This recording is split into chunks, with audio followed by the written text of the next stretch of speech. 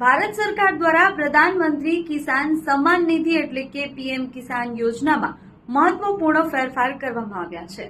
નમસ્કાર, પ્રાઇમ ડેબ્યુમાં આપનું સ્વાગત છે। યોજના હેઠળ હપ્તો મેળવવા માટે દરેક નોંધાયેલા ખેડૂત લાભાર્થીએ દર વર્ષે ઈ-કેવાયસી કરાવવું ફરજિયાત રહેશે। આ ઈ-કેવાયસી બાયોમેટ્રિક અથવા ફેસ ઓથેન્ટિકેશન દ્વારા પૂર્ણ કરવું પડશે। ખેતી નિયામક કચેરીના જણાવ્યા મુજબ વર્ષ 2026-27 માટે ઈ-કેવાયસી પ્રક્રિયા શરૂ થઈ ગઈ છે અને તમામ લાભાર્થીઓને તારીખ 30 જૂન 2026 સુધીમાં પ્રક્રિયા પૂર્ણ કરવાની જરૂરી છે। ખેડૂતો ગ્રામ સેવક અથવા વિલેજ નોડલ ઓફિસરનો સંપર્ક કરી પીએમ કિસાન મોબાઈલ એપ મારફતે ફેસ ઓથેન્ટિકેશન કરી શકે છે।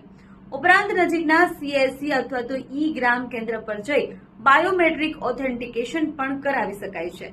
લાભાર્થીઓ પોતે પણ મોબાઈલ એપમાં બેનિફિશિયરી તરીકે લોગિન કરી આધાર નંબર અથવા તો રજીસ્ટ્રેશન નંબરથી ઈ-કેવાયસી કરી શકે છે।